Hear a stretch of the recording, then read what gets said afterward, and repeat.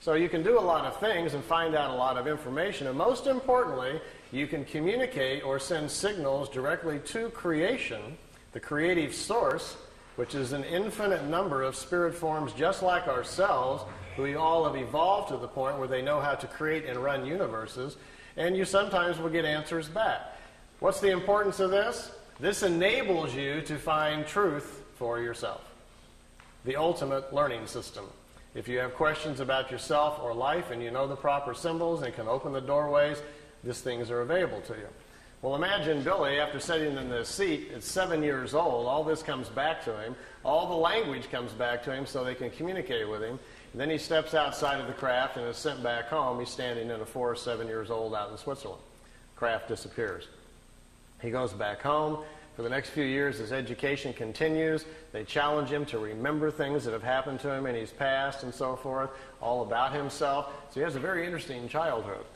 Now, most of us, when we're 8, 9 years old, we're working on spelling between the lines and figuring out, 4 times 3 and so forth, and doing our painting projects. Billy made it through the 3rd grade.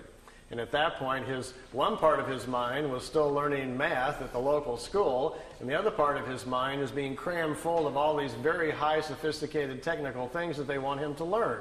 As well as he can't sleep because at night the dream state is so serious with all the stuff that's flooding into his head that we have a very confused young boy here. So he didn't finish his education. Instead, he quit going to school.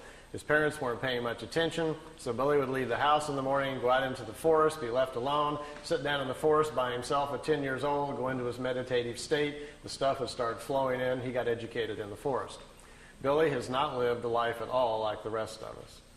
He's never had a driver's license, never owned a car. He's really never even gone into town. He's been living out in the country his whole lifetime. Then at the age of 16, something very interesting kind of happened. On his 16th birthday, the voice he's used to hearing all the time, he thought would come in to wish him happy birthday, was getting very familiar with it. Instead, the voice changed, and it was another voice came into his head. It was a female voice that said she would take over his education, and now it was time to do some serious work. Let's leave home, the voice said. The voice told him to go to India and start studying, that they would direct him where to go. He was led out to India, to an ashram in Meiruli, India, where for the next 3 years he stayed in those areas and studied their philosophy, the different philosophies of man, went over into Tibet, crossed over there, studied with them, came back. During the 3 years, he had almost 100 contacts with these beings who started showing up in the disk, taking him aboard the crafts and moving him back and forth in time for his own education. When he was 19, he had to finally make the decision whether or not he wanted to go public, whether or not he would work with them to do this or not. Then they says, it's your decision. Now we're going to leave you alone for 11 years to get your life in order. You're a young man. Go get your wife. Go get your children started. Get your family started, and we'll be back. Well, he says, this isn't going to be real easy because I've already seen most of my life inside the craft. He says they have viewing screens that can show you the past or the future. He already knew who his wife was going to be. He already knew he was going to have 3 children. He already knew where he was going to live. He says, this isn't exactly fair. I feel like there's kind of a plan out there. I just have to kind of walk in the right steps. So he says, well, I guess I'll go to Greece where I'm supposed to go, and I'll be meeting my wife in about 14 days on the side of the road. And it happened, just like they told him. He met his Calliope. They were married on December 26th. He was 19, she was 17. They had to sneak across the border because she was underage. Made his way back into Switzerland where he went, and they had their children, and he settled down in the farm area where he was comfortable. At this point, let me show you some of the pictures and things that happened to him.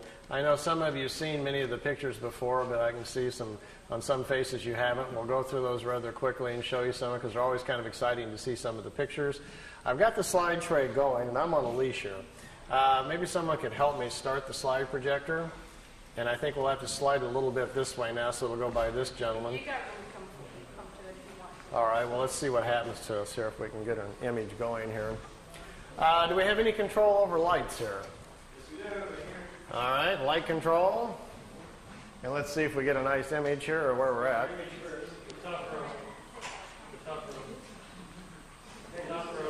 Top row up above. There we go. Well, we can kind of see them. Let's see. This light here is kind of getting on them, huh?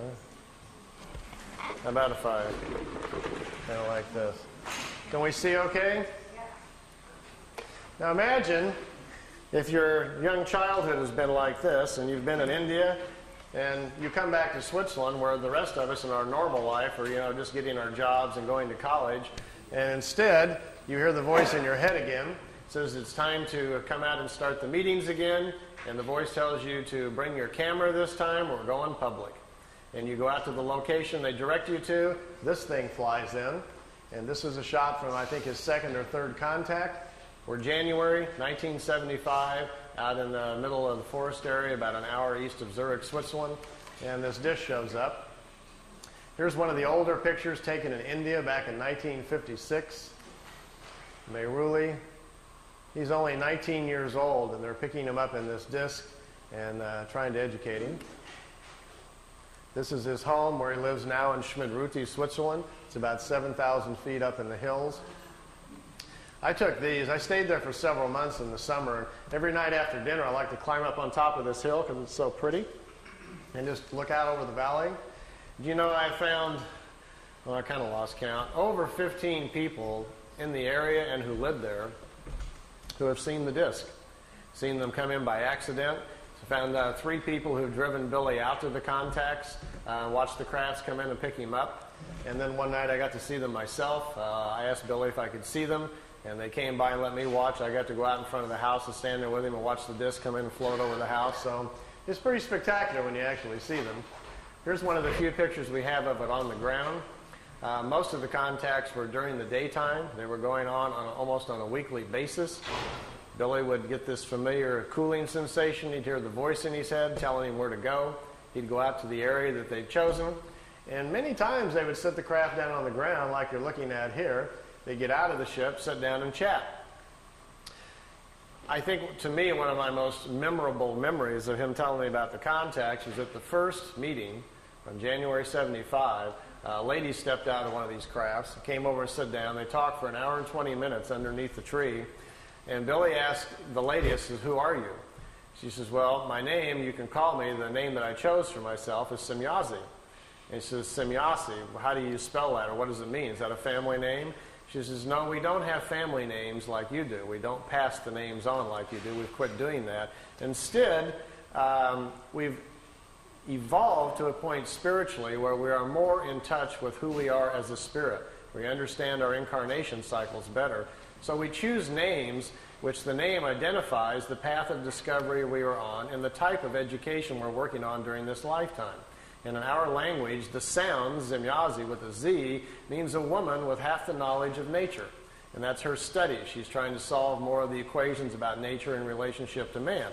Well, Billy was trying to make his notes and was trying to make some, write it down phonetically how the name sounded to him. So he wrote it out, S-E-M-Y-A-S-E, Semyazi.